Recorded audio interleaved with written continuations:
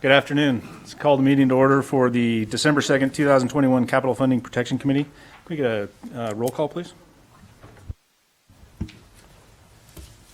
Devin Reese. Oscar Delgado. Here. Charlene Bybee. Paul Anderson. Here. Bob Lucy. Jean Herman. Justin Ivory. Here. Andrew Diss. Here. Elise Bunkowski. Sophia Cardinal. Here. Dave Solaro. Here. All right. Very good. Wanted to take just a quick moment to recognize a former member of this committee. I don't know if any of you are aware, but Tim Rowe passed away on November 20th. Tim was a member and a long-term member of this committee. He started in October of 2007 on the oversight panel for school committee facilities. Sorry, the other part of this committee, and then was a founding member in 2016. Became vice chair and then eventually chair in 2019 of this committee. So I just want to take a moment to recognize his contribution to the Washoe County School District through this committee, specifically in this region. So sad news that came about, but I just want to make sure that was recognized here on the record. So thanks for indulging me there. I'd also like to suggest that we take a few things out of order just to make sure we get all the action items taken care of before there's a chance that we might end up losing a quorum. So I'd like to propose that we take item 2.01, then go to 2.02, followed up by 2.05, 6, 7, and then go back to 2.04, 2.08, and I think that ends us with 2.03.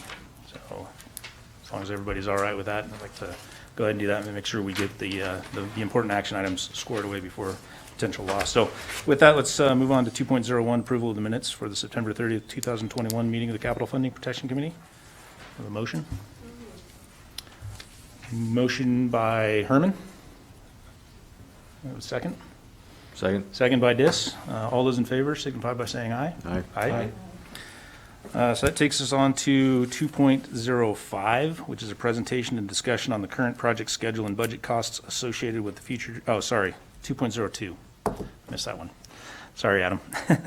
Recognition from the Nevada chapter of the American Public Works Association honor the Marcy Hers Middle School being awarded the project of the year for structures over $20 million category. So with that, I'll turn it over to APWA or Adam, whoever's first. I'll start if I could. Okay, perfect. Oh, look at that. Deanna Gray, everyone. Deanna Gray.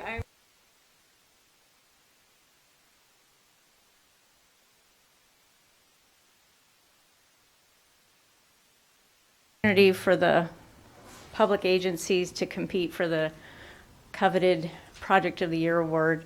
We did have a record number of submissions and presentations this year at our fall conference, so your project was up against some tough competition. But I am pleased to present in the structures category Project of the Year for the Marcy Hers Middle School project. Congratulations.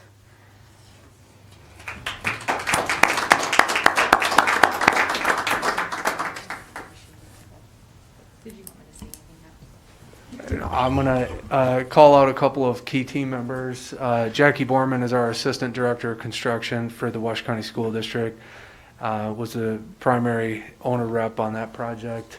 Actually gave a tremendous presentation to secure that award at the fall conference. So it was in doubt until she took the stage. And also Brad Van Wart and Angela Bogoti of Van Wart Bogoti Architects, the principal designers for that particular school, played a tremendous role on that project, of course, and many other projects. So we appreciate them. And Clark Sullivan Construction was the general contractor, and many, many others. It was quite a saga. Some of you remember the land acquisition from the Forest Service, conversations with the community, Washoe County Board of County Commissioners, all the way through COVID and the ultimate on-time opening of that school. It was a really wonderful story, and proud accomplishment for the community all the way around.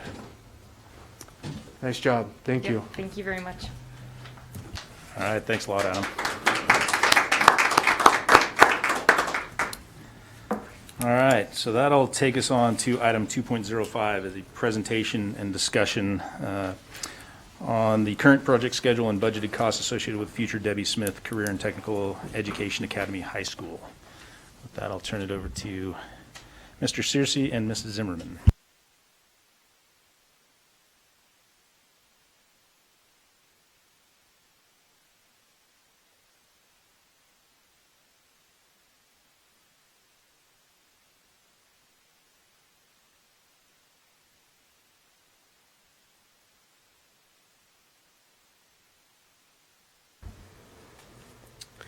Thank you for having me this evening. For the record, my name is Tammy Zimmerman. I'm the Deputy Chief Facilities Management Officer and the point person for the Debbie Smith Career Technical Academy High School.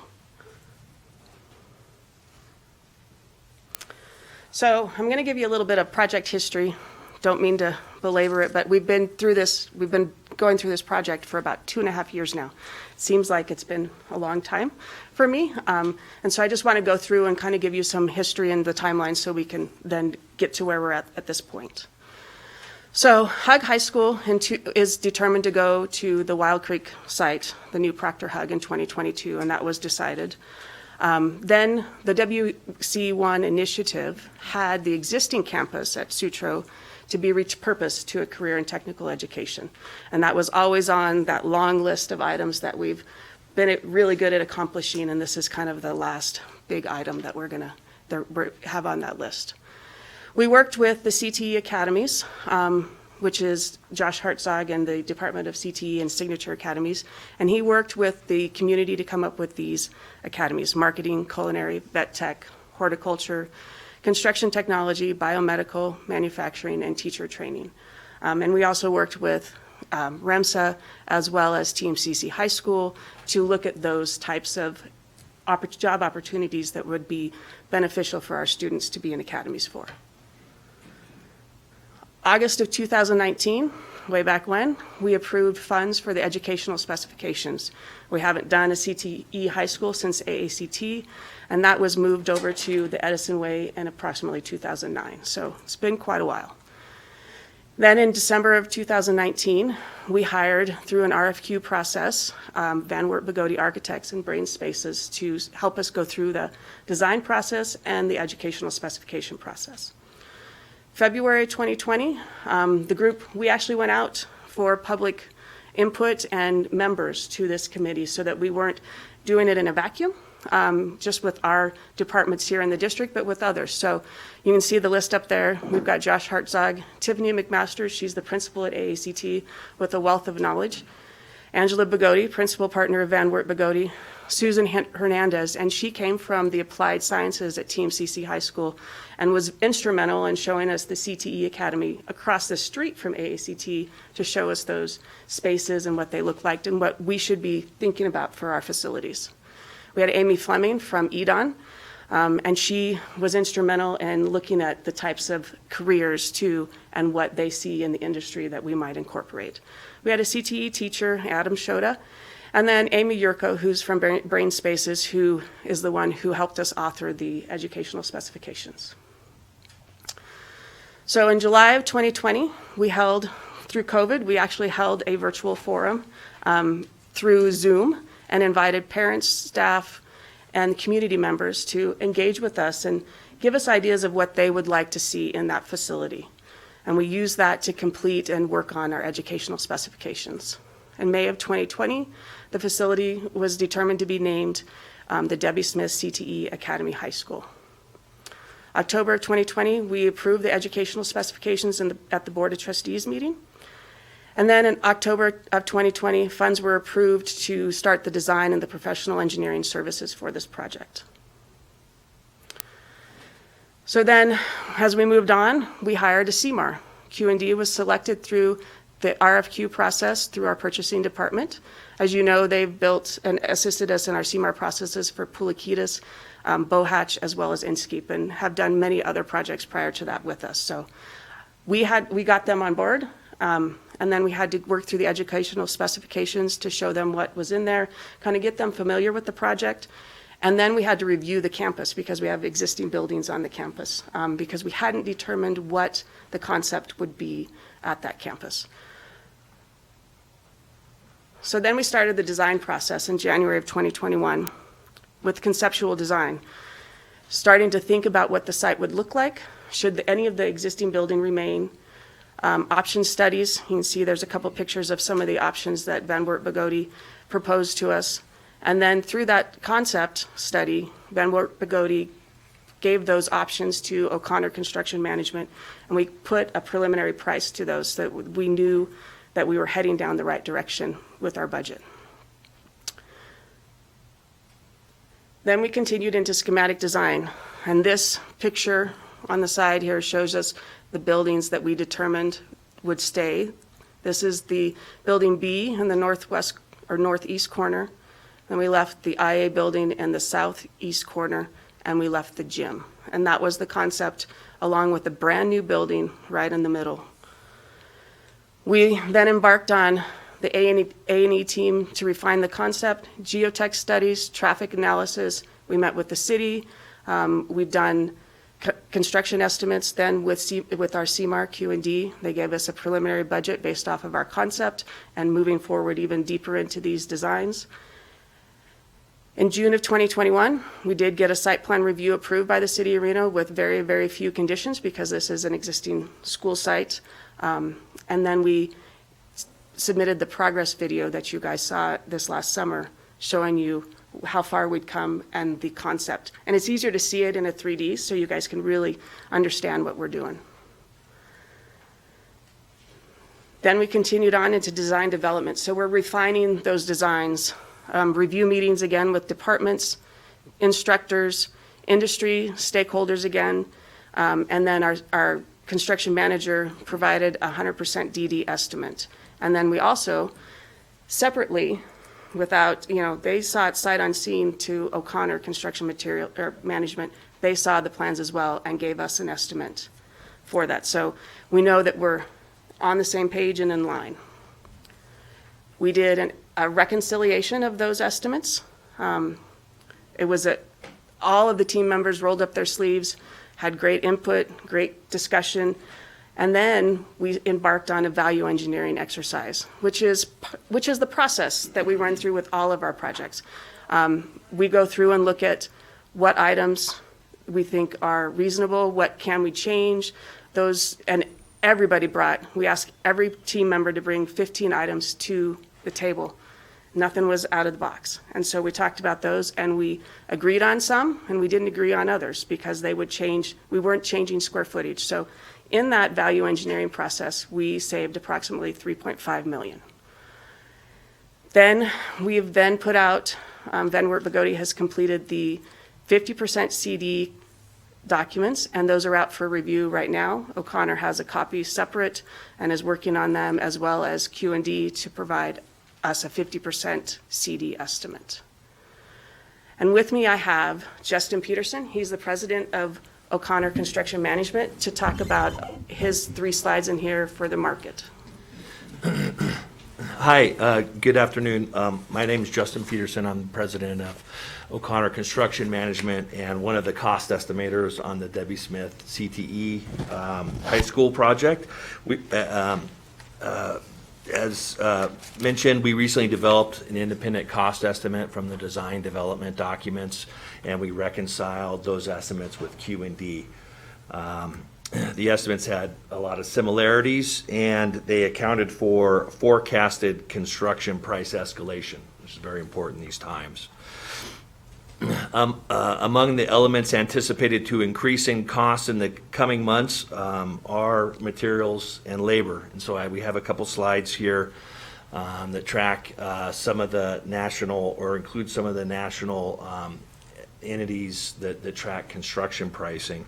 And so the first slide right here is based on material volatility. Raw and fabricated construction material pricing has experienced substantial and frequent increases coming out of last winter and kind of the peak COVID period.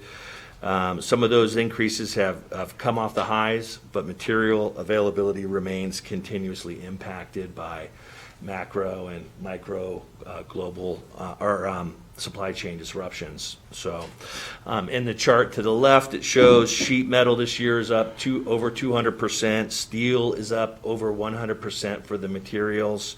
Lumber's up 45%. It was up 125% in June. There was a real peak, and it's since come off of that. And then also plastic, cement, and glass are up 10 to 20% this year. On the chart to the right, that shows the Western U.S. is the black line, and that in the Western U.S. We're exceeding the national averages for the peaks in pricing and material volatility. So Reno, the Northwest, all of California, and Nevada in the Southwest. Next slide, please. This slide represents the construction labor. The tracking is found is that hourly construction wage rates are tracking at an average annual growth at just greater than 4% over the last 6 months, with a long tail average of 2.98, and the trend is forecasted to continue to accelerate for the labor component of this, but so not as great nearly as material, but certainly for labor. Next slide. And then the third slide and final slide is this is velocity of spending in the United States over the last 15 years. All this kind of previously referenced volatility that the market's experiencing is coming at a time when velocity of spending is actually down relative to the late 2019 peak. So if you look at the far right part of the chart, the peak's 2019, so we're off of that. As the infrastructure bill potentially comes to distribution and other pent-up capital is released, the demand for materials and labor will likely sustain these price hikes. So in our cost estimates with Q&D, our independent estimates and Q&D's independent estimates, we've considered the recent material and price labor increases, and we've also included an additional 10% for escalation that's anticipated as the project runs the remainder of its construction life cycle. That's all I have. Thank you. And Lance Smanko was going to make it today, but he had an emergency to attend to, so I'm going to go through his slides. These are Q&D slides and market and value added by the CMAR. Market-specific budget and detail, they use subcontractors to provide them information, which is very helpful because it's real-time, real information, looking at our 100% DD plans to give those costs. Subcontractor recruitment, they use local firms, and they build that relationship with them, and so we have those subcontractors that continually bid on our projects. Schedule and analysis, they determine effective and efficient timelines for our move-in dates, and they work with us to obtain those goals. Value analysis to determine alternative products and systems. We continually reach out with our contractors and Q&D, and we have alternate materials that come in. We look at them, we price them, we look at the durability. We had, as instance a couple weeks ago, that we looked at some concrete finishes and actually had a demonstration that helps us to determine products that we should be using. Maybe they're less expensive, maybe they're less labor. We look at all of those with them. And so those general contractors like Q&D help us to determine what could go in our building and how it could be efficient for us.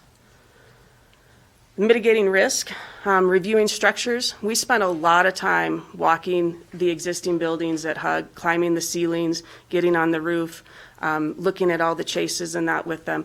They know in those buildings, because they've been able to go through them, review those as-built, what things we might encounter as we go through, and how do we mitigate that. We work closely, and we actually have meetings on site with Q&D and the health department because we have hazardous materials in some of those existing buildings, and how do we work through those and still be safe and take them out of the buildings. There's lots of conversation with that, and it's really nice to have that CMAR contractor to have those discussions ahead of time instead of after the fact, after you've bid a project. So collaborating with the design team, we're we have meetings or emails that go around. We're constantly keeping each other abreast and talking about where we are with schedule, what materials, what items are hot that we need to be answering and work through with them. So the construction schedule, with this, the CMAR process, we talked about mitigating the risk and provides owners certainty, and extends the prices as well as the schedule. And the details, the schedule risk analysis that is yielded the schedule below, and I'll get to that, but I want to kind of explain the sequencing of what we're talking about up here, because it may sound simple when I talk about demoing buildings and then constructing things in the middle of campus, but it's not as easy as it sounds. So just to rehash a little bit, this is the existing campus that you'll see up here on the board, on the screen. This is the cafeteria that I'm kind of waving my hand over. That gets demolished at some point. Admin gets demolished. B building in the middle of the A and the IA building gets demolished. We have to demolish, this is the library, and this is another C wing, classroom wing. This is critical path, getting these demoed out to get that new building started. So there's a sequencing that has to happen with them to get that done. But I also need to have this building moved out of the way, because this right here is where there's a huge courtyard that's going to go to kind of provide an outdoor amphitheater area for the high school students. So in that, I'm going to be building a new building in the middle, demoing all those, but I have to work my way out from the center. So the only access road we have is this down below that gets full access to the new building here. So with that, I've got to come out and do my site out to the existing parking lots that will remain. This parking lot will remain on the east side. The west side parking lot gets a major remodel just because of the circulation of it. And because of those, we have a schedule that we've worked with leadership group to come out with. It's got the same start date of June 2022. We'll still do the demo because I have to get those buildings out of the way. We'll start the remodel in approximately October of 2022. June of 2023, the remodel buildings will be complete, because getting them inside the building after we abate in that is easier, I should say. Parking lots can be complete just because they're parking lots. They can be working, contractors can be working outside and doing that. The new building is now projected to be done in April of 2024 instead of January of 2024. That's large in part due to the labor market. We have a hard time finding enough laborers to complete that, as Justin spoke earlier, as well as procurement of materials.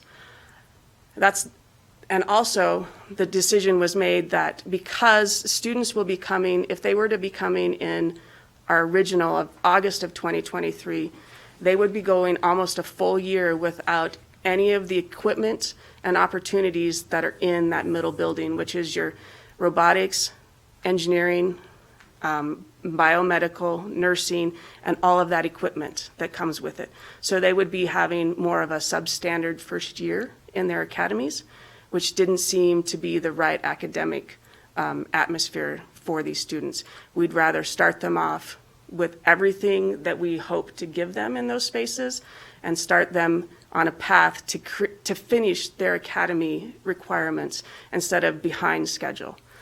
That does allow us, with the April 2024 new building completion, it allows us to get teachers in to train on the new equipment, because it'll all be new for them, and that takes time to get them up to speed so that they can use it and then teach their students with it as well.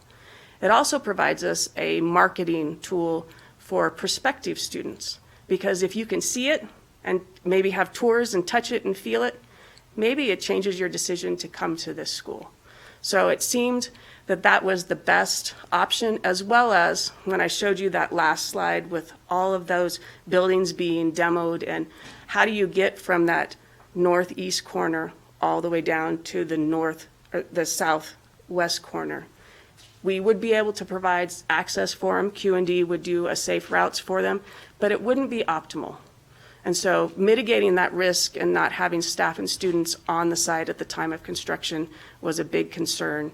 And that's part of the reason of the April 2024 opening for the new building. So then the whole site would be complete June of 2024, and that would allow us to open for a school year in August of 2024 with all the students that would be enrolled in this, as well as the boardroom and all of that in August of 2024. So then all of this is culminated in this 100% DD budget estimate here. Construction is estimated to be in the range of $98 million to $102 million, and that's the GMP contract for Q&D. The FF&E, we went through a rigorous exercise going through every room that's on the plans, putting a dollar amount to all the FF&E in here, all their specialty equipment, and that'll range between $7 to $8 million. Just for comparison, our middle schools run about $5 million, and our high school at Wild Creek is about 10. So this is a little bit smaller campus, so we feel doing that estimate, we're right in line with where that should be. Professional services are estimated to be between 5 and 6 million. That's special inspection, staff time, and construction management, with a total of 110 to 116 million for this project. Next steps. So we're going to finish our construction documents in February of 2022. We'll be back to this group again to revise any of those budget numbers within those ranges and ask for a full construction budget approval at that time. Q&D will bid the project to their pre-qualified subcontractors in March of 2022. Q&D is scheduled to provide us a GMP in May of 2022, and construction will commence in June of 2022. Thank you. All right, are there any questions for Ms. Zimmerman on this CTE Academy?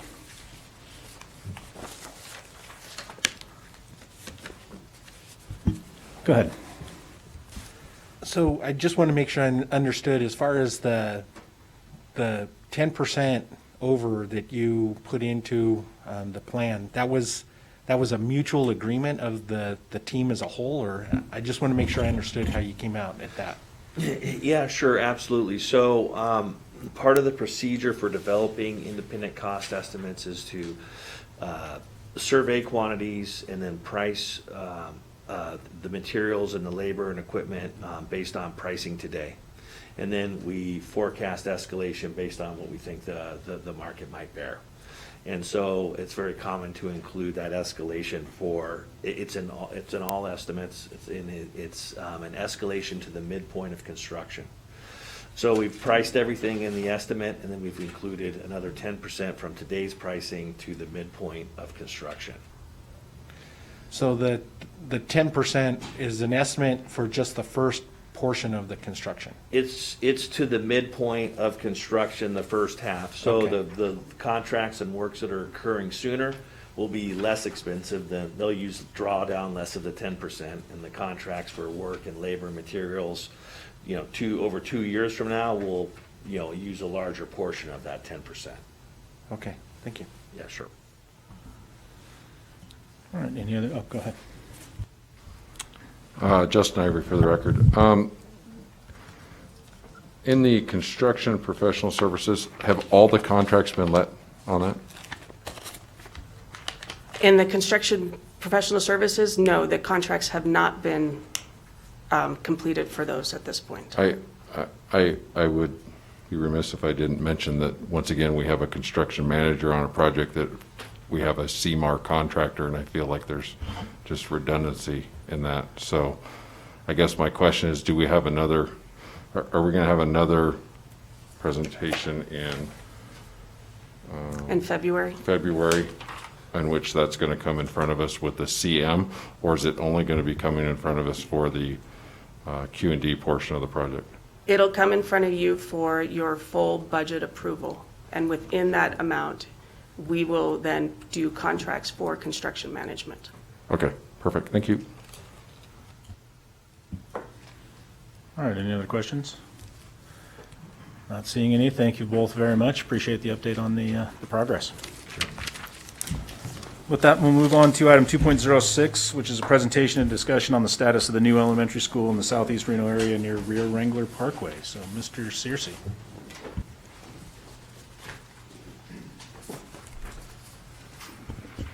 Hi, good afternoon, everyone. Adam Searcy for the record. I'm going to take this one and no visual, but I'll point back to the agenda as we often do, agendizing items for action associated with a budgetary allocation. We'll present an item for discussion as we are here in 2.06 and then a subsequent item associated with that for action in 2.07, just to orient everybody. But the information I wanted to convey associated with item 2.06 here, an update related to the southeast Reno area elementary school. As many of you will recall, this item was presented for action to this committee in October, actually September 30th, our last meeting, and it was approved, your recommendation was approved by the board on October 12th. This budget for the construction and management of the new school included a 15% escalation on the most recently previously awarded elementary school of the exact same nature, 24 months prior. We worked with other design consultants, including OCMI, to develop that budget and move forward. During that meeting, as you may also have noted in the minutes, it was discussed that there are currently critical supply chain disruptions that were hindering projects locally, much along the same lines as what you just heard, some of the concerns for Debbie Smith. So moving forward from that conversation, we did immediately publicly advertise the project. That actually went out from October 13th through November 23rd, during which time there were many conversations with industry experts and design professionals and other parties about supply chain and labor market disruptions and concerns. To that end, in early November, the school district initiated a structural redesign effort to have in place if necessary. So this was taking previously approved design phase budget, executing an agreement with the architect to initiate a structural redesign to hedge against the possibility that a key structural element of the building, which was subject to extreme supply chain issues, could be redesigned away from, basically, to mitigate that risk. We initiated that redesign as a proactive effort should it be needed once construction began. During that bid period, we also heard from two general contractors who have constructed school projects for us in the past. They called us directly to let us know that, in essence, they felt they could not submit a bid due to their current workloads, particularly in the private sector. On the bid day, two general contractors attempted to submit bids for the project. Only one bid, however, was received on time. The second bidder was actually in the parking lot at the time the sealed bids were due, but failed to submit a responsive bid in a timely fashion. So the sole bidder that was received was from Martin Harris Construction / Group West Construction as a joint venture. They submitted a price of $38,625,039. This is approximately $1.825 million more than the approved budget.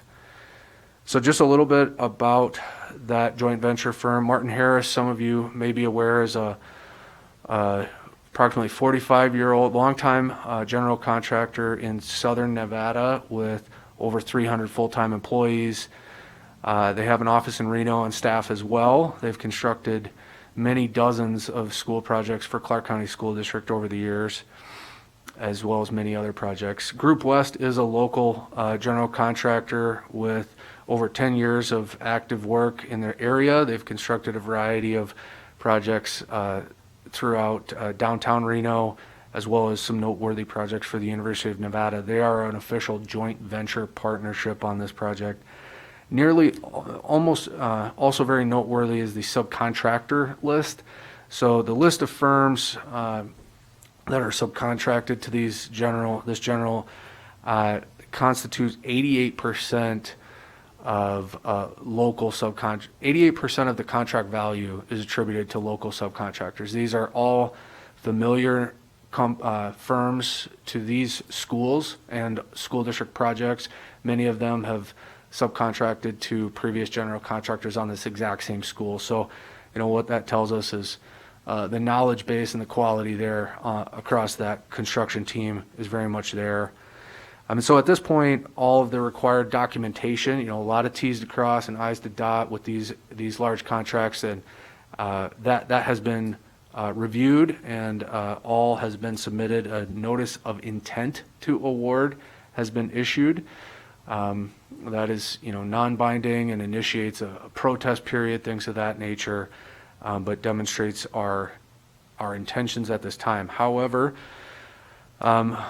during the interim period, alternatives have been extensively considered as well. Alternatives meaning, as opposed to the recommendation here before you, alternatives such as revising the design, not awarding the bid as intended, but rather revising the design and rebidding the project, and a few other alternatives. However, none of them have a reasonable expectation of returning a lower bid price and or an improved schedule certainty relative to the intended opening of the 2023-2024 school year.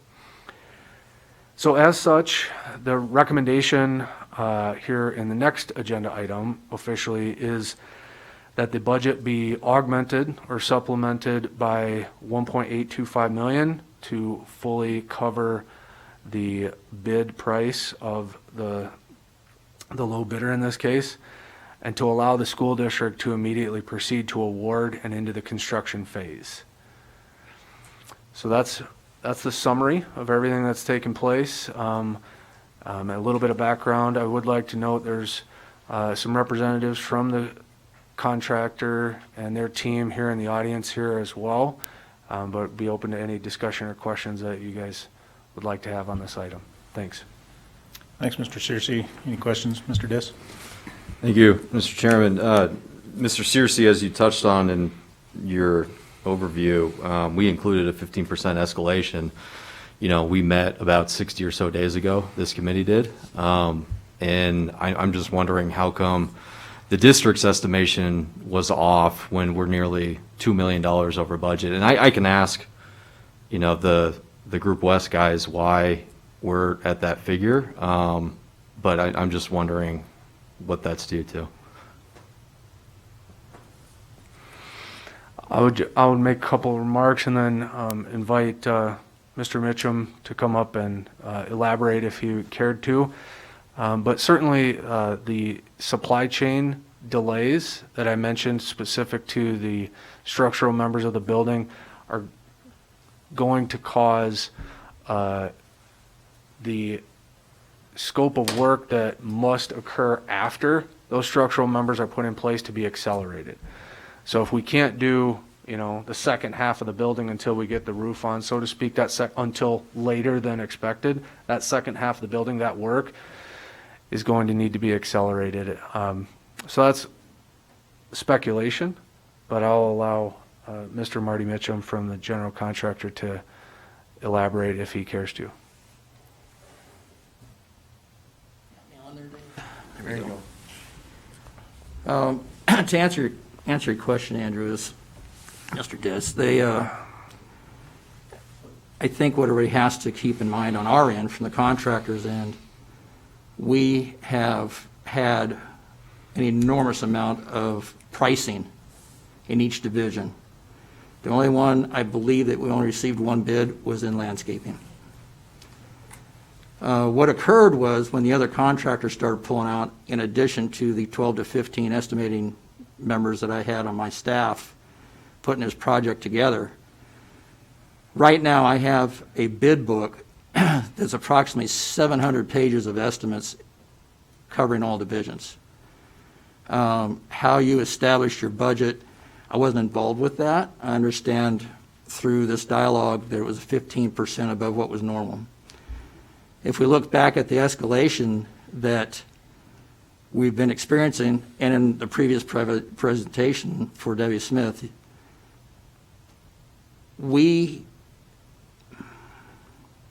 to fast forward, if we don't take the action that Martin Harrison Group West is taking right now, without approval of a contract, we're taking the risk. Through our information on our subs, we're going to see an average of 12 to 15% the first of the year across the board on, I believe we're at 47, 48 different disciplines that provided pricing. So that's an average. Alone on your roofing, the last year saw a 40% increase. That comes directly from the subcontractor. So if we use that as a conservative number as a safeguard, 40% on the current roofing materials January 1 could easily be another $160,000. So to answer your question of why it came in 1.8 more above budget, I don't know if I have all the information to answer that, other than we do have all the documentation with very competitive pricing across all the divisions that we can present to the committee if we need to. It's a lot of pages, I'll tell you. It's a lot to read through, and we've been, since the day of the bid, we've been scrubbing back through them. What we are doing, Martin Harrison Group West, we have put it out there on our own. I'm issuing letters of intent as we speak. And those letters of intent are doing two things for us. Hopefully they're stopping that escalation any further from what our bid day price was, and in addition gets those materials here on time. If we can do that, we'll cull, I can't promise you that it'll cull all of the escalation, but we can cull a whole bunch of it and stop it right now, and that's what we're doing. So with our sub base right now, our winning subs, we're putting in our LOIs to get it ordered, our shop drawings, everything ordered now before January 1st. And we looked at that from the standpoint that if we waited 2 or 3 more weeks, our teams would not have enough time to do that. So we're out there writing promises for contracts at the current prices that we have across those high escalation materials that's coming down the pipe. And I probably didn't answer your question very well, but it was kind of difficult for me to answer why we're 1.8 over. So I appreciate that answer, and I get it. In both Martin Harris and Group West, reputable companies, we're familiar with the work locally, and we own the Sahara in Vegas, and a lot of our team members, their kids go to schools that Martin Harris has built in Vegas. I got no issues with the companies, and I have a sense of comfort that over 80% of the subs have done this type of school before. But you touched on timing, and the critical infrastructure that Mr. Searcy was alluding to. I mean, I think we're talking about steel joists, right? Is that right? Do you guys feel comfortable that you're going to be able to get those? Because the guys that I've talked to locally, you know, the pipeline is a ways out. I mean, we're talking like 12 to 18 months for some of that stuff. Do you feel confident you're going to be able to get that, and we're going to be able to get this school open in August of 2023? Because we just heard, you know, W. Smith has now pushed back from what we originally thought, and I don't want all these families who are planning on going to a new school without having their kids in a mobile unit, all of a sudden they're told they got to wait another year. You know what I mean? Well, what I can tell you is up front, as the GC for this project, we were looking at 12 to 13 months from the time of award of contract for Joyce. And, you know, one of the reasons that we were very fortunate in the fact that our sub list for this project have the buying power and have the knowledge to do what they do. And right now we're looking, instead of a January 2023 delivery for Joyce, we're looking at an October 1 milestone locked in writing. So. Go ahead. We'll start with Cardinal. Thanks. Hi, Sophie Cardinal for the record. So I just have a quick question about the backup architectural design plan. Forgive me, I don't know exactly what you called it, but your backup plan. Can you elaborate a little bit more on that and, you know, what that includes? And if you're already buying stuff now, like at what point will you decide to go another route? So the critical structural member that had been identified as really the potential bottleneck, if you will, is they call it open web joists, sort of what holds the roof up. There's other ways or other design solutions to accomplish the same objective. It's not typically as cost-effective a design solution for this type of building. That's why we go with the open web joist design solution. But for a slight cost material premium, we could design a roof structure with what they call a wide flange beam. I hope I'm getting this close to accurate. That would hold the roof up as well. Okay, but the impacts of that, they're heavier. They're you know, they have a lot of differences to them. So that those changes have to trickle through the rest of the building, all the way to the foundation to make sure that, you know, it all works together properly. As I mentioned previously, we initiated that redesign on the chance that we found ourselves in December saying, you know what, that supply chain that we thought was maybe 12 to 13 months, it didn't turn into 10 months, it turned into 15 months, and we need to move to this redesign option, and we're already halfway done with the redesign option, so we're ready to pull that trigger. We still have that option. We haven't, you know, thrown that away. We haven't let a contract with, you know, but it appears to be trending in a direction where, you know, should this proceed contractually, we can put all of our eggs in the original design. There's value in the fact that this building has been constructed 3 times with the same structural design feature. So changing that significant element and causing a ripple effect of design changes throughout the building introduces some risks as well. I guess maybe the key aspect of this story that I'm leaving out is that the supply chain associated with that open or that wide flange beam is much more reliable and stable and known to be more certain, less risk. So that was the hedge. Could we pay a premium, redesign the building, and guarantee the delivery of a different structural member if the structural member that it was originally designed is believed to be, you know, it would push the project beyond the completion date. Okay, thank you. That makes more sense. All right, Mr. Ivory. Okay, so, you know, for the third, fourth school we're building identical to this, I'm sure you probably didn't foresee the chaos that was going to kind of rip through this. But I really think it's important to mention that Mr. Searcy, throughout the entire bid process, when I know I had called him, I'm sure he spoke with people at the AGC, there was a lot of people in this town saying, hey, you got to put the brakes on this thing. You're not gonna fulfill this requirement and meet this date because open web joists, I'd even mentioned it in our last meeting, open web joists were 12 to 13 months out. I know I've checked into it, talked with the owners over at Martin Ironworks last week. They feel very confident that they're going to get their open web joists from a local contractor, Northern Nevada, or local supplier in Northern Nevada.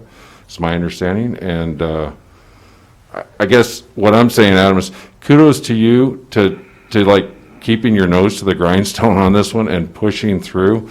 I don't think it would have been very easy for Adam on this one to just kind of pull back and say, you know what, let's shoot for a 2024 bid open or school opening, because he certainly had plenty of naysayers. And once again, as speaking for the contractors, I'd just like to say that sometimes we can't get things done, but Adam's right. There's a lot of times we scream we can't get it done when maybe there still is an opportunity. So kudos to Adam. Any other questions? Not seeing any. I might just throw one out there for you, Adam. I've similarly been in situations like yourself where, we've bid a project and we're sitting there looking at the budget and wondering what to do. And I've seen it go a couple of different ways where we kept going and we added more money to it, and other times where we said, no, this is too expensive for us. We just can't afford it at this time. And lo and behold, came back later and it cost us more money with lesser product at the end of the day. So I just want to gauge your confidence that this is the lowest price that we're going to get on this school at this site at this time.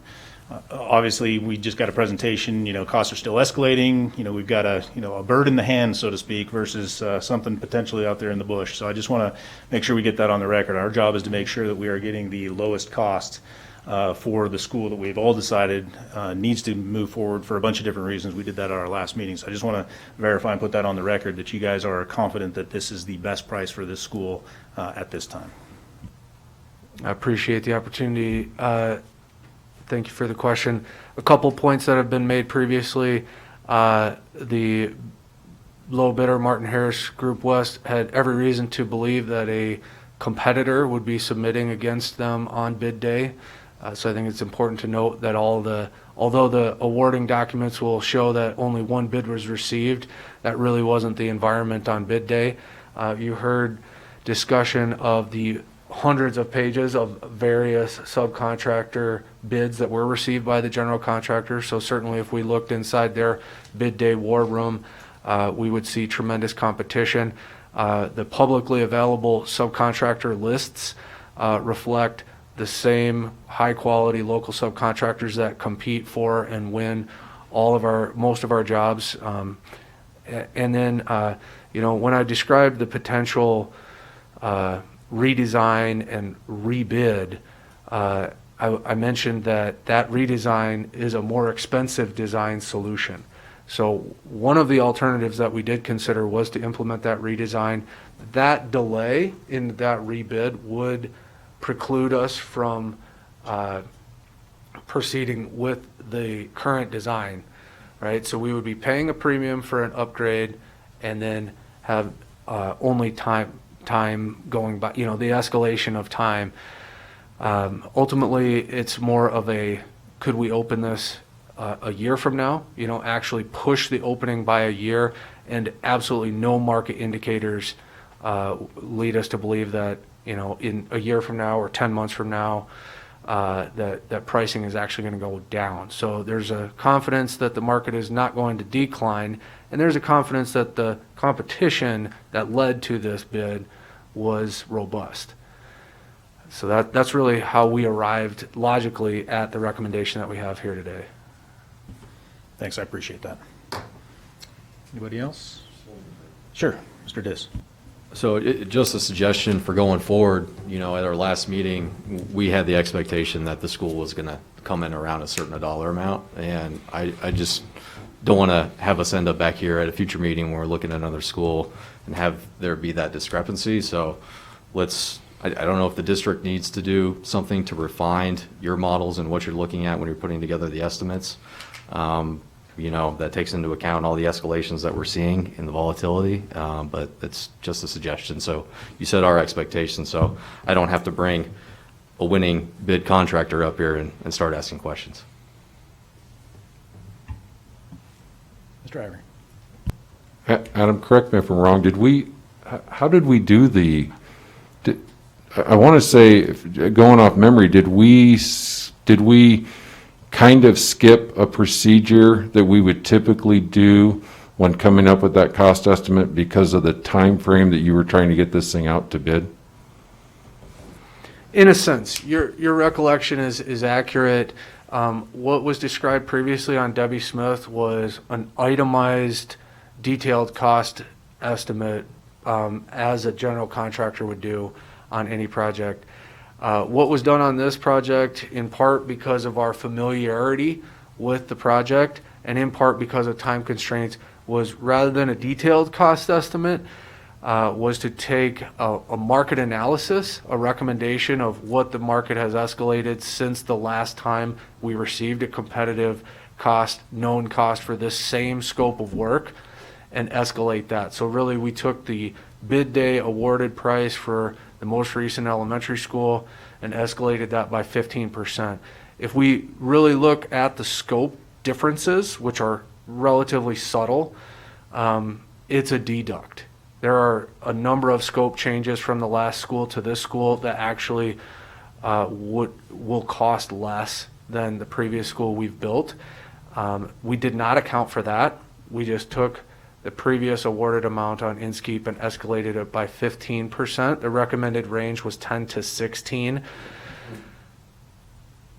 Unfortunately, that was not enough. So I think between not foregoing a more thorough estimating process in the future and other considerations regarding contingencies and conservatism when we come to the committee with budgets, we'll avoid this in the future.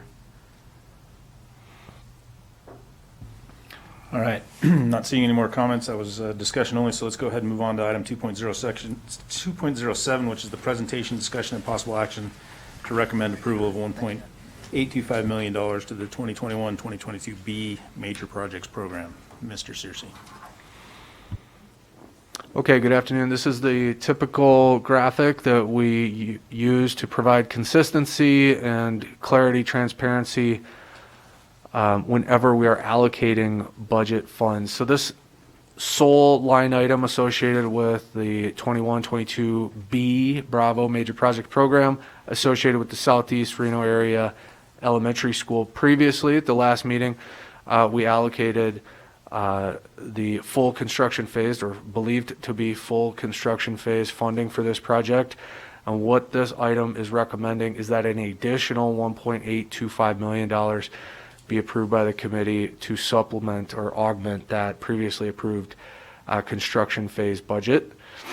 This number here, just to be clear, 46.625 is representative of the total costs that have been allocated towards this project, inclusive of all design phase budget allocations, inclusive of the construction phase allocations attributable to professional services and FF&E, as well as inclusive of the previously approved construction phase funding and this 1.825.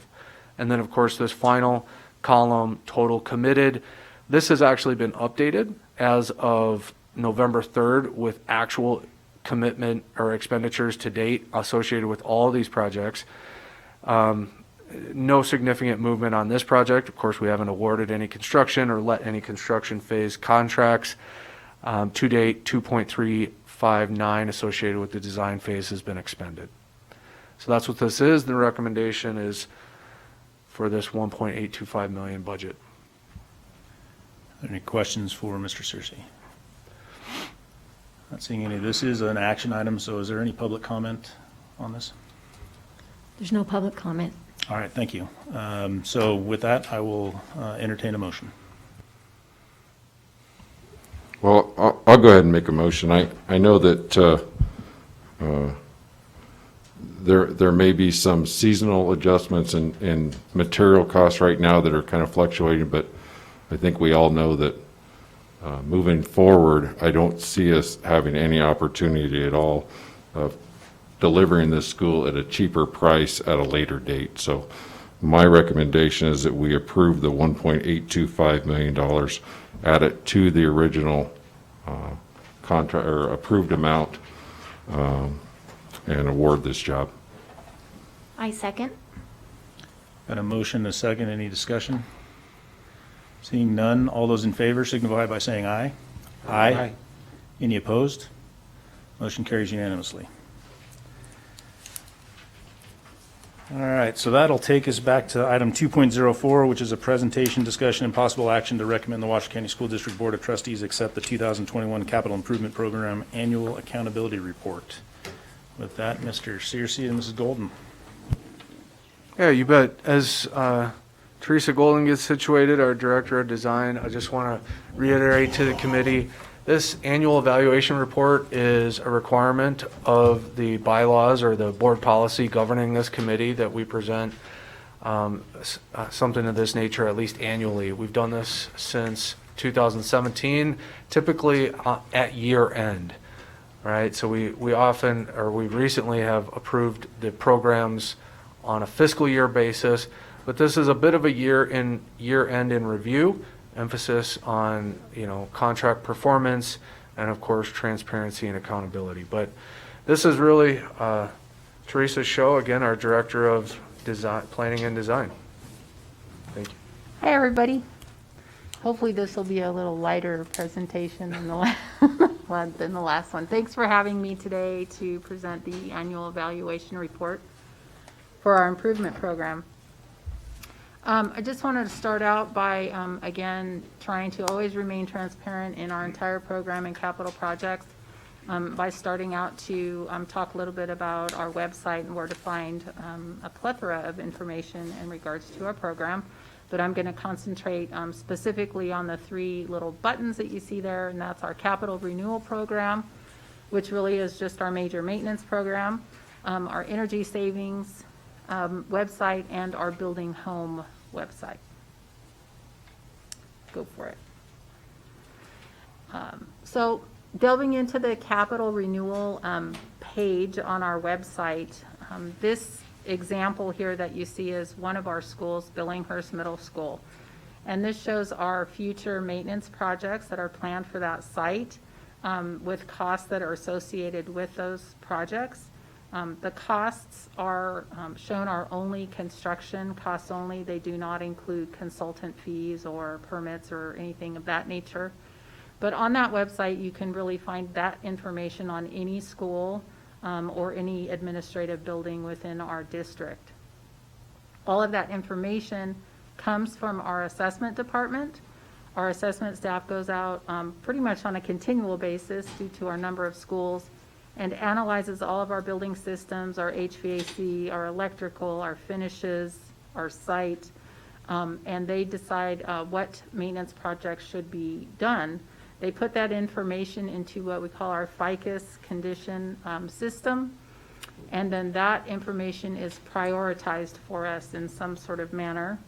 Then those projects come to our planning department in capital projects. Then we take that information, we add fees for consulting and permits and that type of thing. After that's complete, we then take that package to this group and eventually the board for our new allocation request for the following year. So sort of in a nutshell, that's how the renewable program works and how we typically make our requests and how our priorities are determined. Also on that website is information on our past projects that have been bid. Our purchasing department assists in posting that information after projects are bid. On that page, you'll see the awarded contractor and the price for that particular contract. Next slide. So this is our building home page. It has a lot of information and more so for our newer projects or major projects on this page. The new school information listed is, about the location of the project, how it came about, why it came about, overcrowding, etc. It's got great information in regards to our committees, like our zoning committee, our naming committees, and this committee as well, capital funding, sort of the purpose and function of all of those committees. So it's really good information for people to review about the program. Also included is our quarterly reports. Those are created by our communications department in conjunction with capital.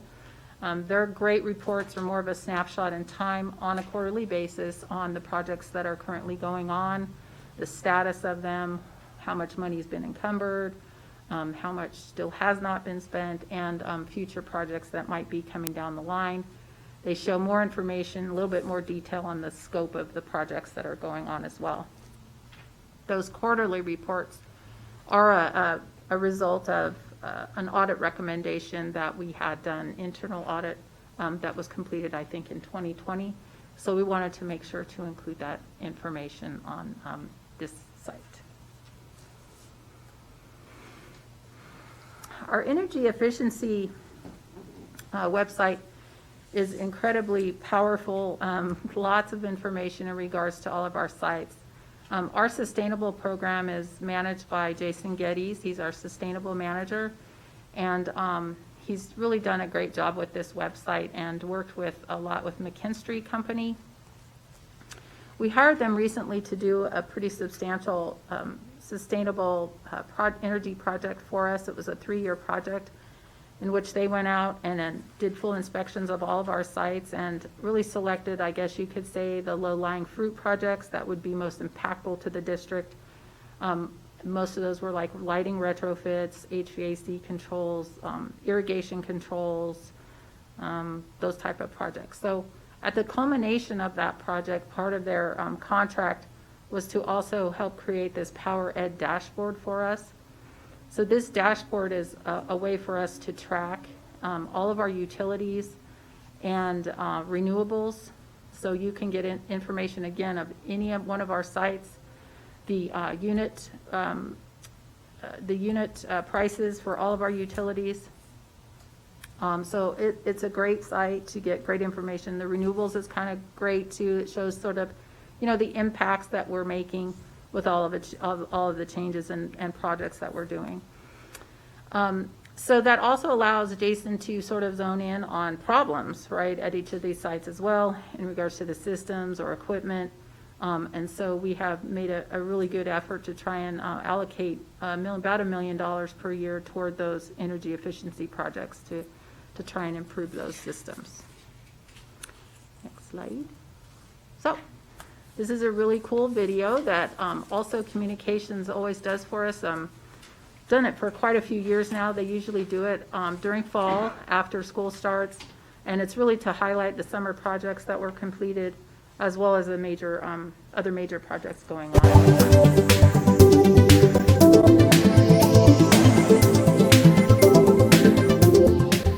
So this year, 2021-22, Billinghurst is actually celebrating their 30th anniversary. So it's a big year for us, but with 30 years comes a lot of wear and tear. Starting with the roof, I can count in the years that I've been here over a handful of times that we've tried to Band-Aid some leak issues. So we are replacing all the metal roofs, the standing seam metal, with a new PVC system because the roofs have been leaking for years. The boilers are being replaced. They're going to be way more efficient than the old ones. The technology is just a lot better. We'll be able to control the building temperature a lot better too. We've had experience just this last school year where classrooms were pushing 90 degrees and student learning was trying to take place in a very warm environment. Also in the winter time, we wouldn't have heat necessarily, so we'd have complaints of freezing cold classrooms. So both these projects really speak to a great learning environment where we can keep our kids comfortable and dry and warm and cool.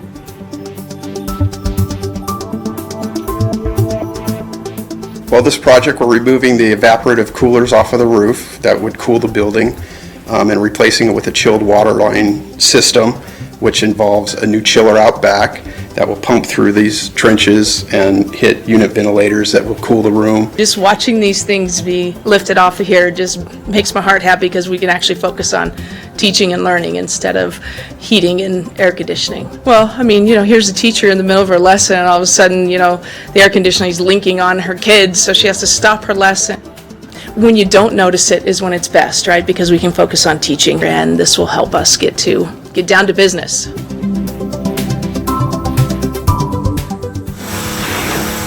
We've had crews here for the last couple weeks working on painting the outside of the school. They will take one section of it and test for the lead, and then they'll jump right into the painting, doing one section at a time, and they're almost done with the entire front of the school. This community really just deserves the best, and so coming back with a new paint job is going to be really fresh and great for the students, the staff, the community who drives by. Pride is everything with student learning, and so if they feel welcome and comfortable coming into a school that has less chipping paint or looks fresh and smells fresh, they're going to want to come back to school and participate more.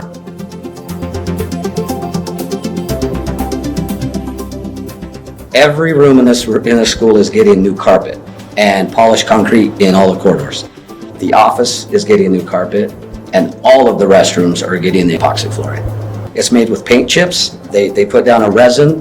They hand spread the paint chips 2 colors. Then they sand the walls and the flooring to get it to a smooth finish. You know, we've been trying to rebrand our school since I've got here. We have a new logo and new mission statement. I think this is part of that as well. Our area has been rezoned, so we have 100 students from Silver Lake coming to our school, and those students deserve to be in a fresh, clean learning environment. And, you know, we're ready to start teaching and learning come, you know, August 9th.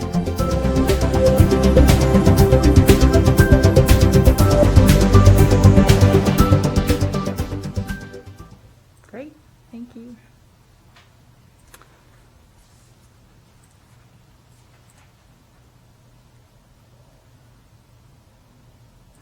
Too many presentations. Yeah, sorry about that. Where were we? We took them out of order. There we go. Okay.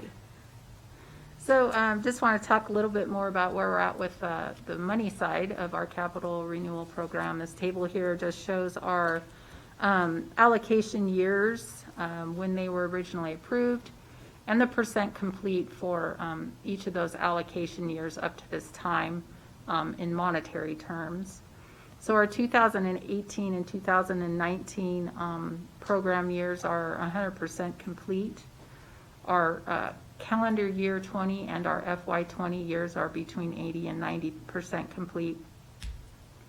We're at about 66% complete with our FY21 and 11% complete with our current 22 program.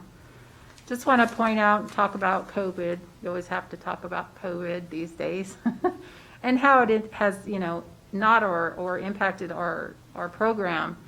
You know, and I think initially it didn't impact us too much. We didn't feel like that because we were lucky enough that the construction industry was able to continue on. I think we're seeing that today, more so, for sure, more impactful now today as it was in the past year or two. So we're just working through that and obviously learning from it and trying to be more proactive as we go and address those issues as they come up.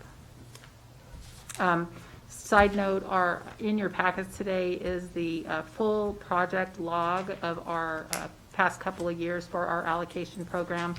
And you'll see here it is here, and all the highlighted projects are the ones that are 100% complete. So that is in your packet. A little bit about change orders for our program. All of our contracts that go out to bid that are over $100,000, it is sort of our standard that we include a 15% force account or contingency in those projects.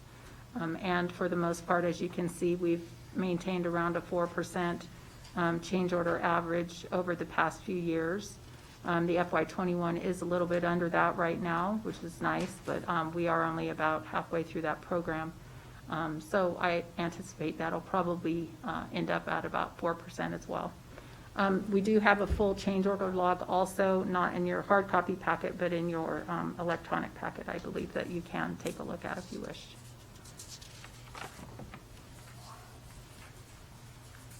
So our major projects, I know you're all very aware of the new projects that have, or our new schools that have opened over the past couple of years. Our new middle school that got that cool award for today, and our two new elementary schools at Bow Hatch and Inskeep. Our current construction projects are O'Brien.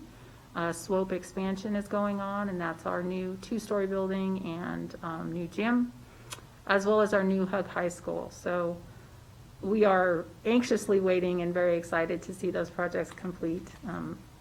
I think that's going to be really exciting for our community. And then our two upcoming projects, of course, that you just heard about today, Rio Wrangler and Debbie Smith, starting here after 2022 begins. This is just the breakdown of our major projects on the costs for those, past and current, since inception of WC1, I suppose. It shows the original allocations, the total committed, and the remaining balances, as well as the current status for those projects. You know, since back in 2018, we were spending about 213, or had committed 213 million to these projects, and currently we're up to about 750 million. And wow, that's a lot of money, and it's really exciting to to see that investment sort of become reality for us. So nice to see that. So in closing, I just wanted to take a little minute to really talk about how much I appreciate, really our whole department and the teamwork that it takes to complete these projects, from the smallest one to the largest one. Oftentimes the small one takes more effort and time than the large ones do. And so, our departments, in capital are all comprised of housekeeping, maintenance, environmental, safety, assessment, planning, construction. I think I got them all. And Adam and Tammy are also just a huge part of that. They're great leadership. And so it's been a really nice time, and being able to work with our staff. And the teamwork has been great, and I'm just really proud of what we've been able to accomplish. All while trying to, be efficient with our time and our money, and include energy conservation and incorporate new technologies when we can. So that concludes my presentation. And I did just want to remind you that this is an item for action today. And we'll be taking this to the January board meeting. And that's it. So any questions? All right, are there any questions for Ms. Golden? All right, Mr. Ivory. Actually, I might have a couple. Going to this document here, I'm a little confused as to how you come up with some of these numbers on the program administrative costs. Yes. So if we look at the 2017, which I believe is 100% complete, we didn't actually spend 100% of the money because some of the things were canceled. But we are at 96% complete with the program, yet we've paid out 98% complete of the program administration. I'm just kind of curious why those numbers don't match, why those percentages don't match. It's a good question. I'll take a stab at that. Program administration is essentially the overhead for the staff and the, printers in the office, all manner of incidental or overhead related expenditures associated with running this program. Specifically, the numbers not matching up, my speculation would be that, as with many of these expenditures, if they come in under budget, they are oftentimes, rolled forward, right? So if we allocated $3 million or $2 million towards roofing here, and we were able to deliver each one of those distinct projects for $1.75 million total, that those monies would end up being actually expended towards projects that would be approved in a subsequent program. So it's still projects that have been approved, but those previously allocated monies would essentially be rolled forward to a later program. I don't know that that's what would account for that, or if it was really just we overspent, or we actually cost more in overhead and project administration than what it cost to deliver the total program. But that's really what program administration is. It's the salary and benefits of the majority of the staff who are not attributed or accounted for in these projects, right? The individuals that you saw in the video today, they're charging their time to those projects, and their salary and benefit is largely accounted for in the cost of those projects, but even they have non-billable time, so to speak, that gets absorbed into that program administration as well. Okay, so if we go to page 4, we actually end up with 100% of the program administration costs were paid out on 88% of the program.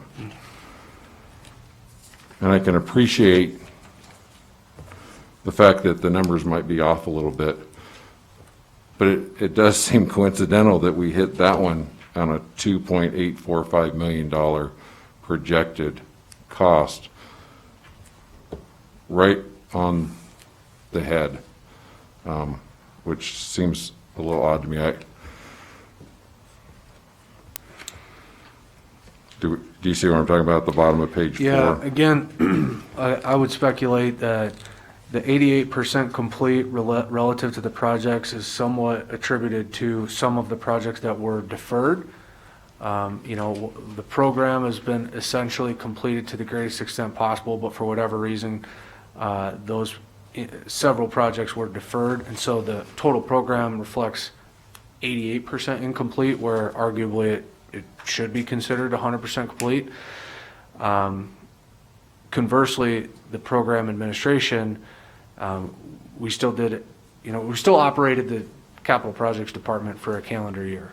The zeroing out of it, I think, is also attributable to sort of the rolling forward, right? Our bond accountant's going to use those oldest monies first to continue to pay for the program. I'm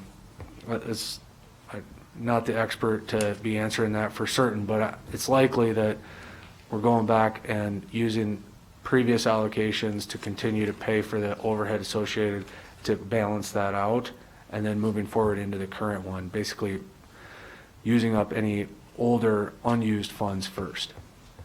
So then would the 2017 roll over to 2018? Is that what it would do?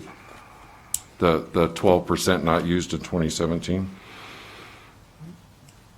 I believe that's the way it's intended to work. If these numbers aren't reflecting that accurately, I couldn't explain it more. Yeah. I know, that's why I was confused, because then when we get over to page 6, I look at it and I go, well, shoot, where's the program administration cost at all? Yeah, so in that particular year that you're talking about was the calendar year. We had switched from a calendar year funding to the fiscal year funding. And so when we got our funding for calendar year, which was our first allotment of funding, we had program admin fully funded in that portion. When they asked us to change our funding year over to the fiscal year, they just didn't give any more program administration in that particular year of 20. So that's kind of odd. I know exactly what you're saying, Justin, and I agree that this is confusing for me too. Well, and it gets better. The money doesn't roll over, is my understanding. It seems to me that budget and finance, that money kind of just sits there until a point in time when budget and finance makes a decision to roll over that money. I know they do it.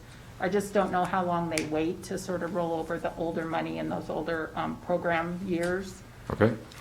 Now, that being said, we do have the option of, for example, if we have a project in this fiscal year that comes in way over budget, for example, and we need a little bit more money, we can use some older money, say in mechanical, if it's still available and unused in an older year, if that makes sense.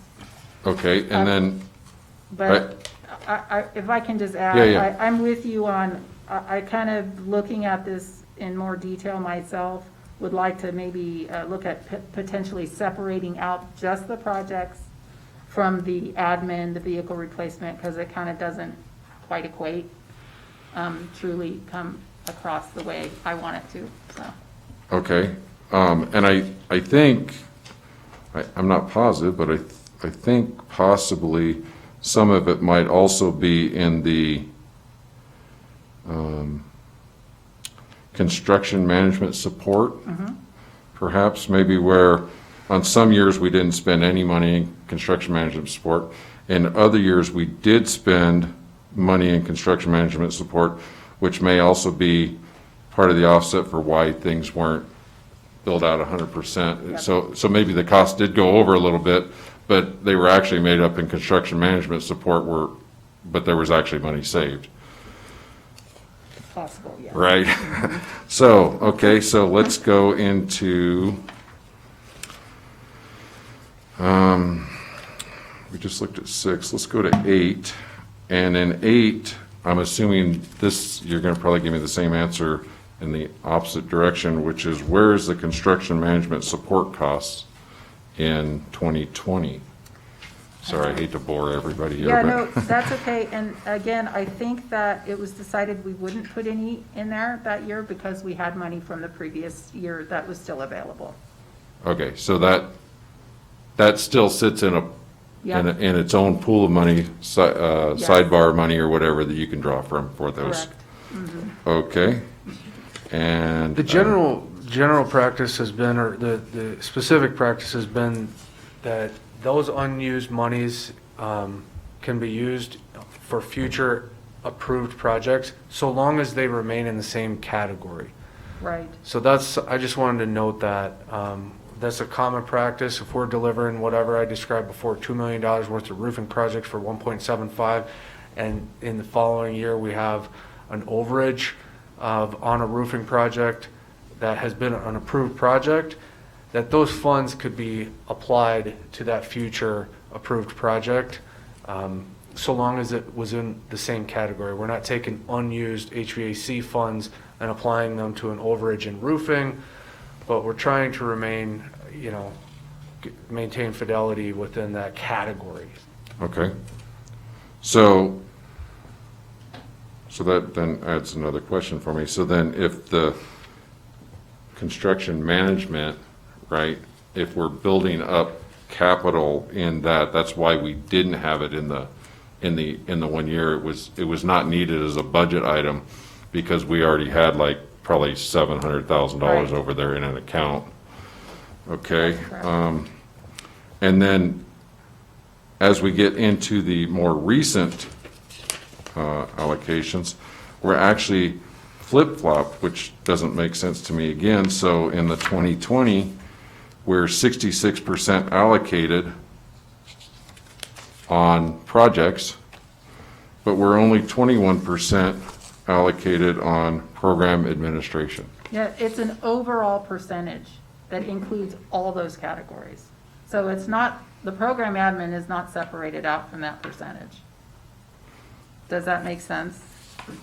Well, no, I guess what I'm saying is, we spent, in the 2020 program, we spent or completed 66% of the work, but it only took 21% of the admin to do that. Instead of, it seems to me like the two numbers should, I'm not saying they're going to be identical as they go, but it seems like they should be close. I have never evaluated those two numbers together or, Okay. considered tying those two numbers. I've never really evaluated those, so it's a good question. It is a very good question. Yeah. I think we need to do a better job in how we convey this. I do believe that the root explanation is that, is the fluidity between allocations there, that if we're still paying for program administration out of underused funds from a previous year, it doesn't show us expending the program administration at the same pace as the completion of the program that we're actually executing. Okay. I bet you that's the case, but we'll confirm that, and certainly I think work on this format is Sure. one that we just created over the years, and it's great. This is what this is intended to do, is provide another set of eyes and some critique on, hey, how can we be a better communicator of our progress and our performance to the public. Okay. Thank you. Yeah. All right, any other questions? This is an action item. Is there any public comment on this item? There's no public comment. All right, thank you. With that, I'll entertain a motion. I move to approve how are we calling it, the 2021 Capital Renewal Program Accountability Report as presented. A motion and a second by Commissioner Herman. Any further discussion? Not seeing any. All those in favor signify by saying aye. Aye. Any opposed? Motion carries unanimously. All right, Mr. Searcy, that by my calculations will take us to 2.08, which is a presentation, discussion, and possible action on potential external analysis of processes, procedures, and expenditures towards professional services. Okay, you bet. Just a little recap. This conversation's been going on for a while, so for everyone's benefit, we're going to rewind to August. our meeting in August, we presented an update to the committee relative to staff's incorporation of the recommendations from the 2020 external audit. There were a couple of recommendations, not findings, a couple of which you saw in that accountability report, and we had committed to incorporating those recommendations by summer of 2021. And so we presented an informational update to this committee related to our progress towards implementing those recommendations. During the discussion of that item, it was noted by the committee that the actual scope of the audit, which was agreed upon in 2019 and executed in 2020, did not include a significant review of the professional services or the design phase expenditures of WC1 funds, but rather focused almost exclusively on the construction phase processes, procedures, and expenditures. So that was a discussion at the August meeting. As a follow-up to that, in the interim, our chief internal auditor was here at that meeting and gave some commentary to that effect. But in the interim between August and October, we composed a detailed email memorandum to all the committee members to really further explain the reasoning behind the nature of the 2020 audit. And then we again agendized that at the September 30th meeting, the last meeting that we had.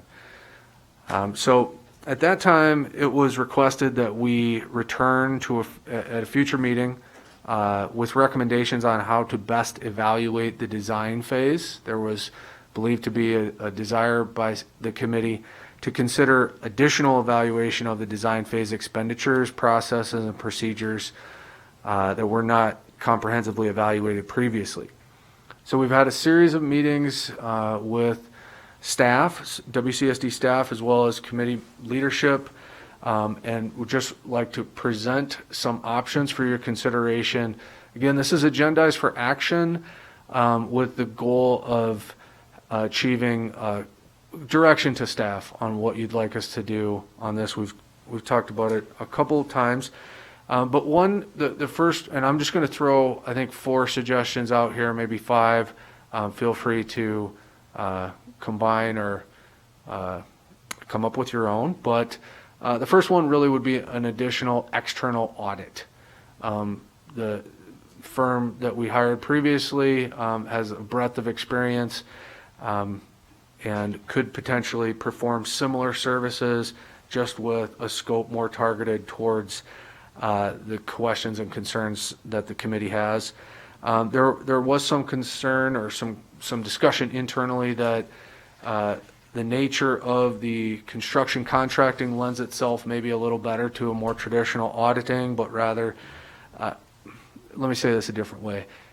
The skills and traditional agreed upon procedures of firms like that, auditing professional service expenditures, may or may not answer the questions that this committee is actually interested in, but certainly they could do an excellent job. So that an external auditor of some form or fashion would be one option. In talking with the committee and of course participating in many of these meetings, more of an external, we'll call it a program management assessment, is a suggestion that I'd like to make. This would be a similar consultant agreement to bring in a third party to analyze both quantitatively and quantitatively the purchasing and professional services execution practices or procedures of the WCSD Capital Projects Department. A number of major firms oftentimes serve as capital projects departments. A school district passes a large bond measure. They don't have an in-house capital projects department. They just have a maintenance department and that's it. Now all of a sudden they're delivering 5 new schools over the next 5 years, and there are firms out there who stand up capital projects departments, and I would propose that they would be a good resource to possibly conduct that analysis, provide a report, and make some recommendations just for consideration. A third option I'd like to offer would be some form of an in-house analysis. We talked a lot back in 2018 as to whether or not the school district staff, if we wanted to do something in-house or external. That internal presentation, I would recommend be made by staff such as myself, the Director of Purchasing and Contracts, possibly the Chief Internal Auditor as well. I'm less inclined to recommend an actual internal audit be conducted for a few different reasons, not the least of which is I don't think that would also answer the questions the committee's really interested in. But ultimately, that would involve, or it would not involve, the expenditure of funds by this committee towards the hiring of a consultant. And so some combination of those three, up to and including, at least worth considering, that additional effort on this line of discussion is maybe not warranted. That the work of this committee, the policies of the school board, the duplicative oversight of, between the committee and the board of trustees, the numerous state laws, different policies of the school district associated with the purchasing and procurement of all these services are quite robust and followed quite thoroughly, and that actually expenditure of time and funds associated with this effort may in fact not be warranted. So sort of a do-nothing option is sometimes worth being reminded is in fact an option. So anyway, crude opener to try to generate discussion amongst the committee to provide hopefully staff with a direction to move this conversation forward. Thank you. All right. Would anyone like to take a stab at discussion related to what we're trying to accomplish? I think is really what it comes down to. What do we think needs to be done? What are we trying to hedge against in our role as the Capital Funding Protection Committee? So with that, I'll leave it up to anybody to throw something out.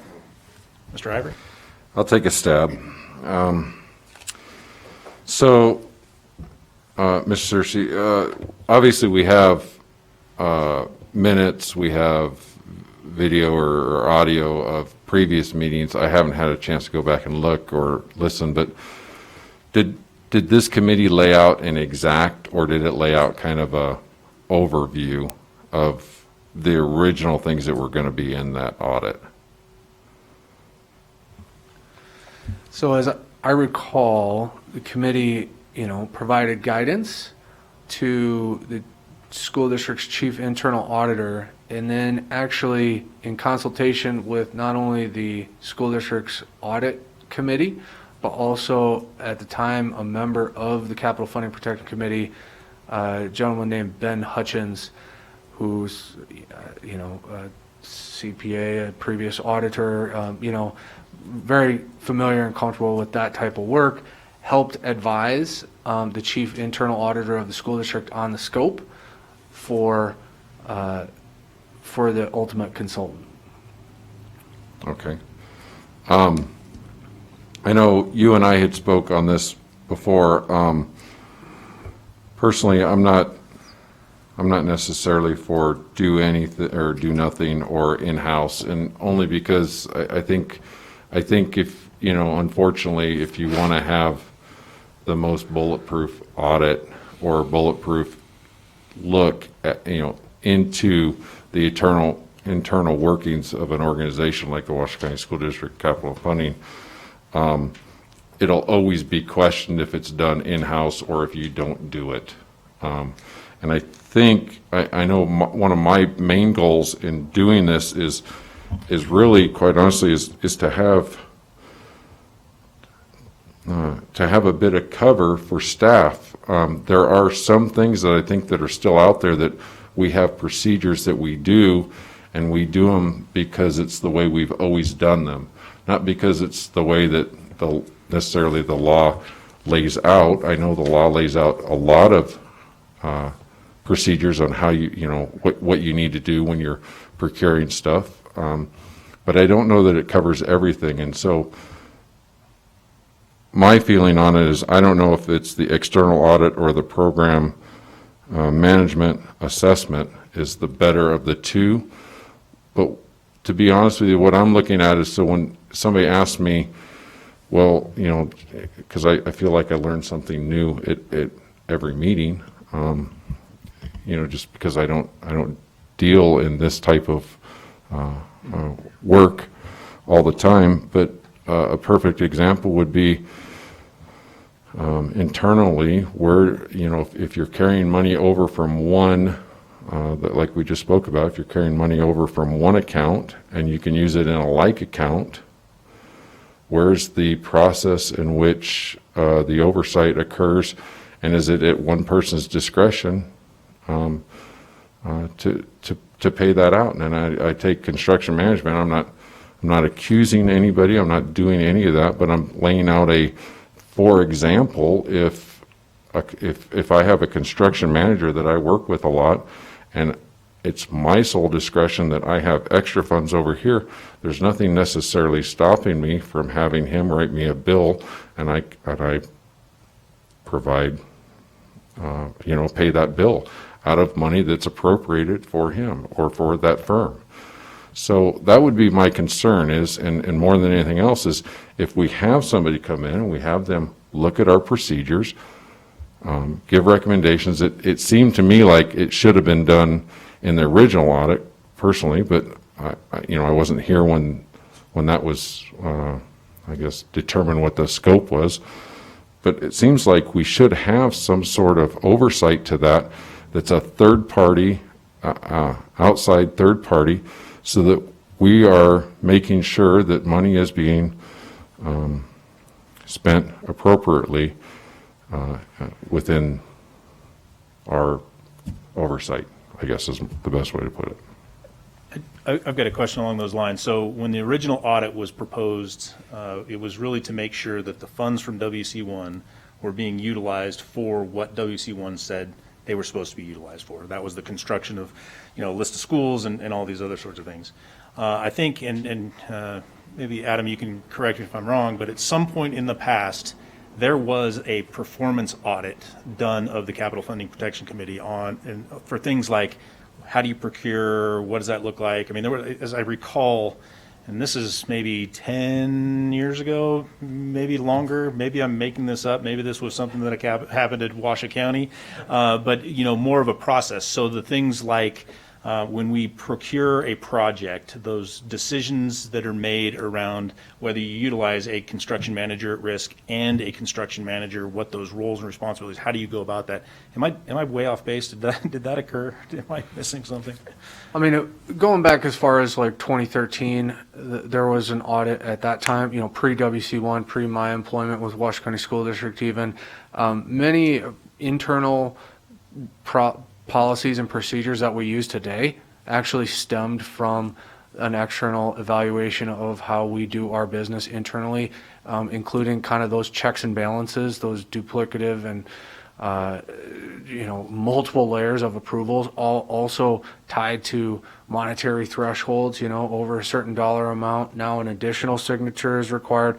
Things of that nature are in place to this day, and many of them stemmed from circa 2013 audit. I'm not familiar of the specifics, but that was the most recent past prior to, you know, of course, tremendous amount of energy associated with the school district capital projects department throughout the WC1 campaign, and immediately thereafter, shortly thereafter, of course, the standing up of this committee, providing a not insignificant layer of oversight and review on the expenditures of the program. And then it wasn't, you know, I don't know, 2017, but by 2018, the conversation around this audit had begun in earnest, and because of the nature of all things new, you know, it took quite some time to get to a conclusion and to actually execute something.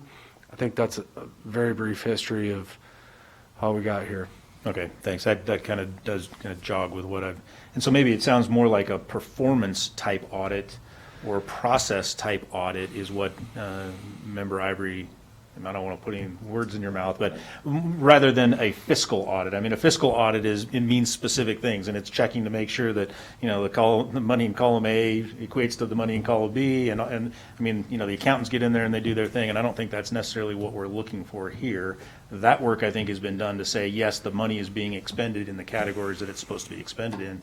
I think your request here is maybe something a little bit different. How is that money actually put on the ground? Questions you brought up tonight, who makes the choice to roll it forward? What does that mean? I heard Mr. Searcy say it's rolled forward into other approved projects. So theoretically, we have approved those projects, and the funding associated with those, and it just is what's kind of rolling forward. So I think the check there is in place, but I think I understand what it's more of a performance, just to make sure that someone is verifying that the appropriate approval is occurring at the appropriate stage by the appropriate person, to make sure that someone isn't gaming the system, so to speak. Would that be a fair assessment?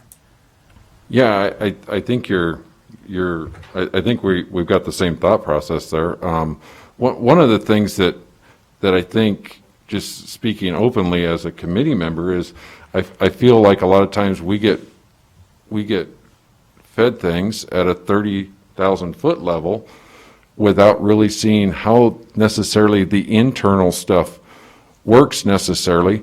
And it for me, I mean, take for example, I don't know how much dollars an individual can approve without a second signature, or without, and the different checks and balances that go into it, which is why I think it's appropriate to have, once again, either the program management assessment or the external audit, because then what it does for me is it eases my mind with, okay, we've had somebody look into the internal workings of how it works, and then they're going to give us their 30,000 foot recommendation as to whether or not things that, whether they're seeing things are done appropriately or not, I guess is what I'm getting at. So I definitely, like I say, I know I've probably been pushing this agenda item maybe more than anybody else, but it's because I think it's important part of what we do here. I know we get to, approve and spend, taxpayer money every time we come in here, and it's great. We get new schools and we get all that. But I also think there's a certain level of commitment that we owe the taxpayer to make sure that we've crossed all our T's and dotted all our I's, and we're not just up here rubber stamping the next project. So. All right, any other comments? Member Dis?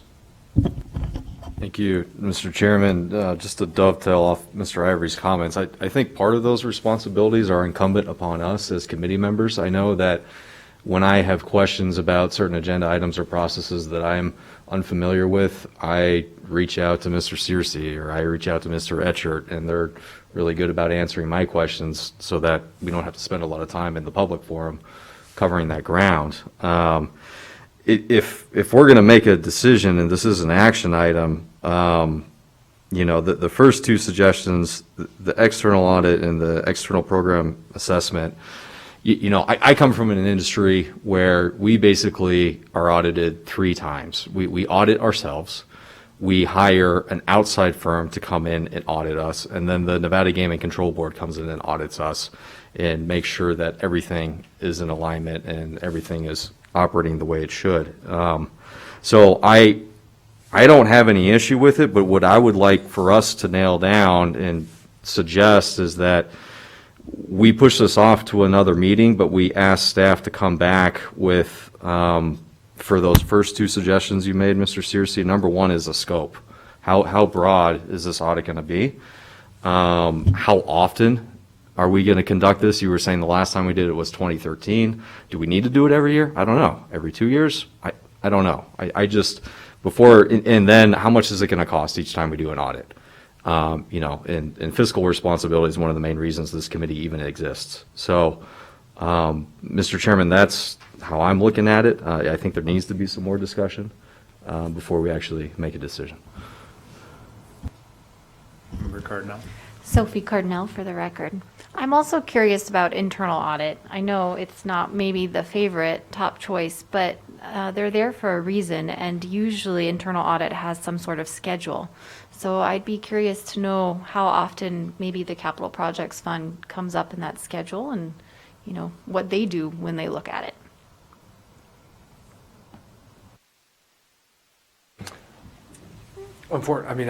I can't answer that question for certain. I know that we're not on deck on their schedule or anything like that, and as most, public agency departments are pretty short-handed. But it would be an option. Yeah, maybe you could just bring that back at the next meeting if you're going to come with more information. Thank you. Member Anderson?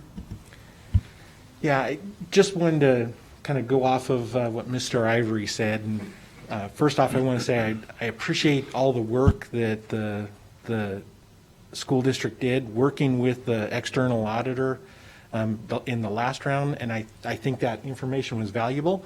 And likewise, it reassures to the public that we're doing the right thing. In this one, I think one of the option 1, option 2 is a good route to go. And again, just for the transparency side of it, that we now have someone from the outside looking in saying, yep, everything's appropriate.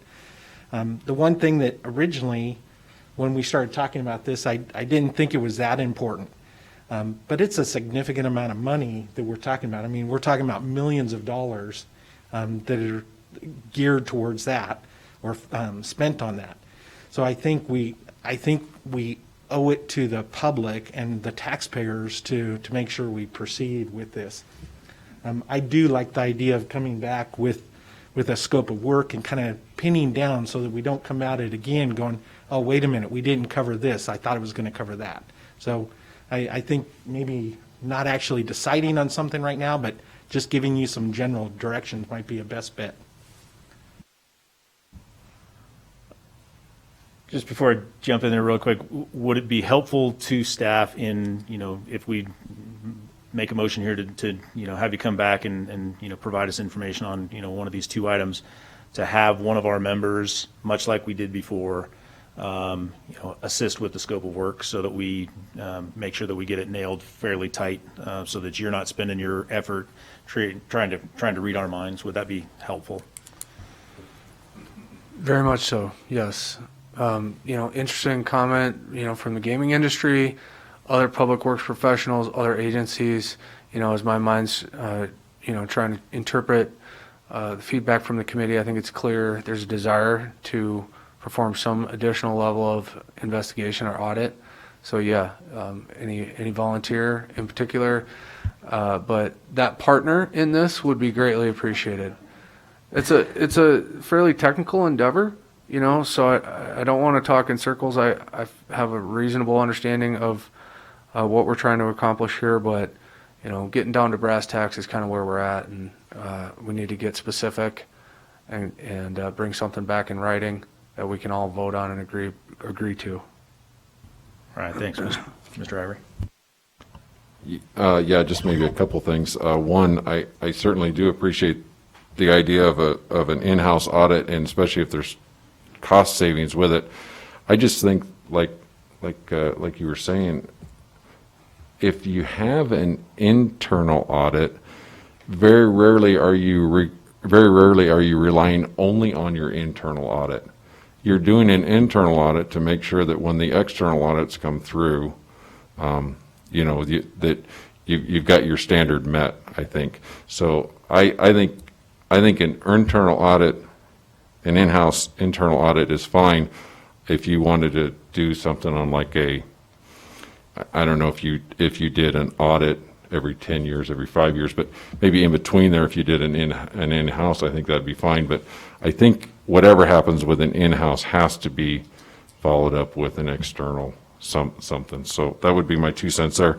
Also, I know I've beat this dead horse pretty good, so I'll be more than happy to work with Adam on coming up with maybe a scope. I'm not sure how in-depth that'll be, but we'll probably start with a big list and start just whittling it down. Okay, are there any other comments? So this is an action item. I'm just going to, is there any public comment on this? There's no public comment. All right. I don't know if we actually have to have action. Yeah, absolutely. Sure. Member Disk, go for it. All right, I'll take a crack at this. So I make a motion that district staff look further into options 1 and 2, 1 being the external audit, number 2 being the external program management assessment, and that a member of this committee, being Mr. Ivory, take part in that to narrow down the scope, and the district comes back to us at a future meeting with scope details, timing details, how often, and anything else I'm missing? Cost, yes. I'll second that. All right. I have a motion and a second. Any further discussion? Seeing none, all in favor of that motion signify by saying aye. Aye. Aye. Any opposed? All right. Got your direction. Thank you. That'll take us to item 2.03, information discussion on the anticipated cadence of workload. Mr. Searcy.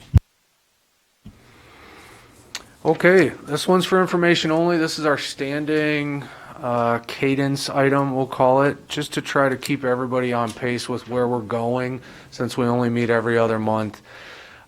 We heard tonight a substantive update on the Debbie Smith CTE Academy. The anticipation in our next meeting, which will be February 2022, would be that the final budget pricing be presented for potential approval. So that's what you heard earlier tonight. That's what we're forecasting for February. Also in February, we'll have an item for information and discussion only related to the 5-year capital improvement plan. That's something that we do every year, but do anticipate significant information being presented, and we'll be looking for your feedback at that time. Leading into April, so every even numbered month, we'll have that 5-year CIP proposed for action. So we'll definitely want that feedback in February. And again, that's going to go to the board in the meantime. So working hand in hand to incorporate your feedback and bring something back for potential approval in April on that 5-year CIP. Kind of taking them out of order.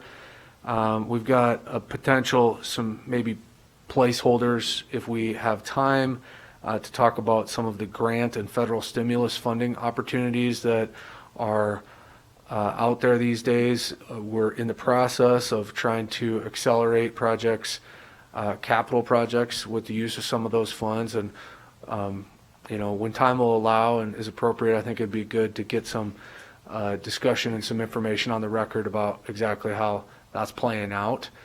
But that's a bit of a floater, but something that we have on this radar. As is the major projects update. That might be an update relative to the schools we anticipate opening in August 2022, but would be for discussion only. As you may or may not be aware, as a member of the Capital Funding Protection Committee, you also are an honorary member of the Oversight Panel of School Facilities, which meets every even-numbered year, or is obligated to provide the Legislative Council Bureau with an update. So we will be gaveling yourselves in as that body and considering a status update as required by NRS 393.097. So that one's on the radar because it's statutorily required.